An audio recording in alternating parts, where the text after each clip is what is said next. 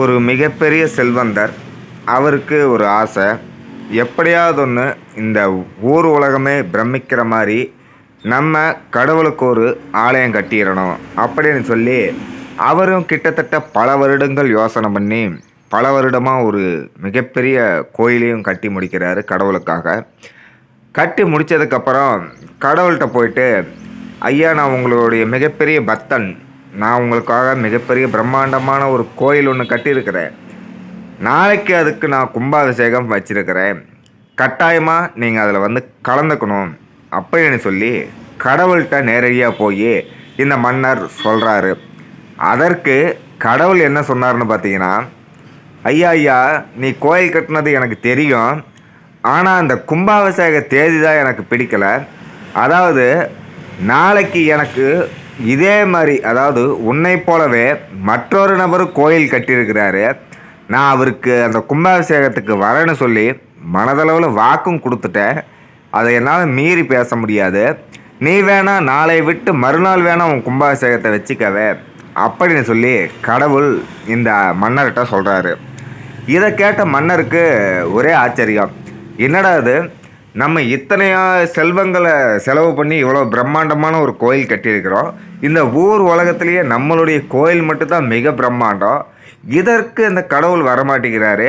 அப்படி நம்மளை விட பிரம்மாண்டமாக என்ன கோயில் கட்டியிருப்பாங்க அப்படின்னு சொல்லி அந்த கோயிலை நம்ம எப்படியாவது ஒன்று பார்த்தாகணுமே அப்படின்னு இவருக்குள்ள ஒரு ஆசை வந்து கடவுள்கிட்டையே கேட்டுறாரு. அதாவது என்னன்னு கேட்குறாருன்னா, கடவுளே நீங்கள் சொன்னதை நான் ஏற்றுக்கிறேன். எனக்கு ஒரு சின்ன விண்ணப்பம். நீங்கள் நாளைக்கு கோயிலுக்கு கும்பாபிஷேகத்துக்கு போகிறேன்னு சொல்கிறீங்களே, என்னையும் அழைச்சிட்டு போக முடியுமா? எனக்கும் அந்த கோயிலை பார்க்கணுன்னு ஆசையாக இருக்குது அப்படின்னு கடவுள்கிட்ட இந்த மன்னர் கேட்குறாரு.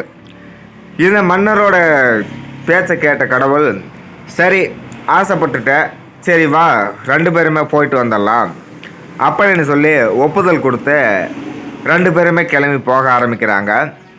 ஒரு மிகுந்த அடர்ந்த காடு. அந்த காட்டுக்கு நடுவில் கண்ணு கட்டின தூரம் கோயிலுங்கிற ஒரு சகாப்தத்தையே காணோம். சுற்றி முற்றி இந்த மன்னரும் பார்க்குறாரு. கடவுள் பார்க்கல போயிட்டே இருக்கிறாரு நடந்து.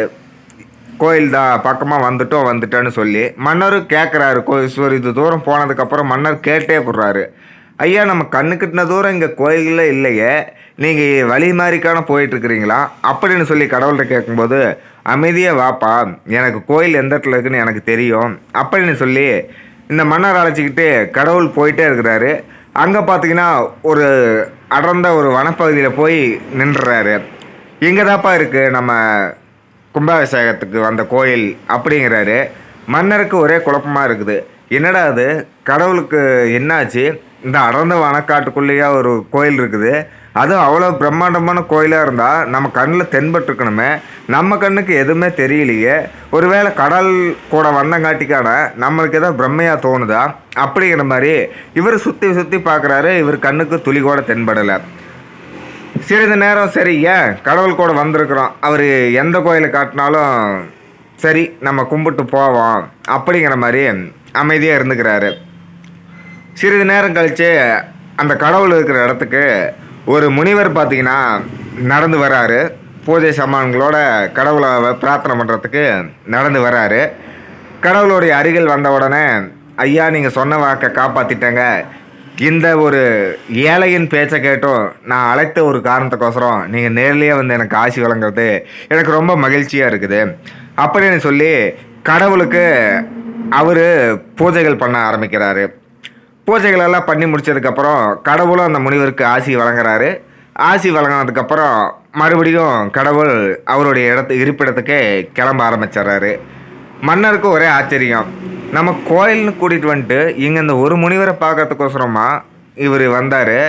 இவர் பார்க்குறதா இருந்தால் பேசாமல் இவரையே வர சொல்லி நம்ம அங்கே பார்த்துருக்கலாமே இந்த கடவுள். என்னது, நம்ம கேட்போம், பொறுமையாக கேட்போம் அப்படின்னு மௌனமாகவே இருக்கிறாரு. 2 பேரும் மறுபடியும் நடந்து வரும்போது இந்த மன்னர் கடவுள்கிட்ட கேட்க ஆரம்பிக்கிறாரு, சுவாமி நான் அந்த பிரம்மாண்டமான கோயில் கட்டி நான் உங்களுக்கு வேண்டாத வேண்டுதல் வச்சுருந்தேன். நீங்கள் இந்த ஒற்றை நபரை பார்க்கறதுக்கோசரம் எனக்கு வர மறுத்துட்டு நீங்கள் வந்திருக்கீங்களே, அதற்கு என்ன காரணம், அதை மட்டும் எனக்கு சொல்ல முடியுமா அப்படிங்கிற மாதிரி கடவுள்கிட்ட அந்த மன்னர் கேட்குறாரு. மன்னர் கேட்ட உடனே கடவுள் அதுக்கு என்ன சொல்கிறாருன்னு பார்த்தீங்கன்னா, மானிடா, நீ எனக்கு கோடான கோடி செல்வங்கள் செலவு செஞ்சு ஒரு பிரம்மாண்டமான கோயிலை கட்டியிருக்கிறேன்னு எனக்கு தெரியும். ஆனால் இந்த முனிவர் பார்த்தீங்கன்னா கிட்டத்தட்ட 18 படி தவம் இருந்து பத்திய விரதம் இருந்து அவருடைய மனதளவில் எனக்கு கோயில் கட்டி உங்களை நான் நேரில் பார்க்கணும் அப்படின்னு என்னை கும்பிட்டாரு. அவர் கையெடுத்து கும்பிட்ட அந்த நேரமே நான் அவருடைய கனவுல தோன்றி நான் கட்டாயமாக வரேன்னு வாக்கு கொடுத்துட்டேன்பா அப்படின்னு சொல்லிடுறாரு. அப்போ தான் இந்த மன்னர் உணர்ந்தார். அதாவது எதை பற்றி உணர்ந்தார்னா, எத்தனை கோடான கோடி செல்வங்கள் நம்ம கொட்டி வச்சிருந்தாலும் மனதளவில் யார் கையெடுத்து கும்பிட்றாங்களோ அவர்களுக்குத்தான் கடவுளினுடைய முதல் ஆசைன்னு உணர்ந்தார் மனதளவில்.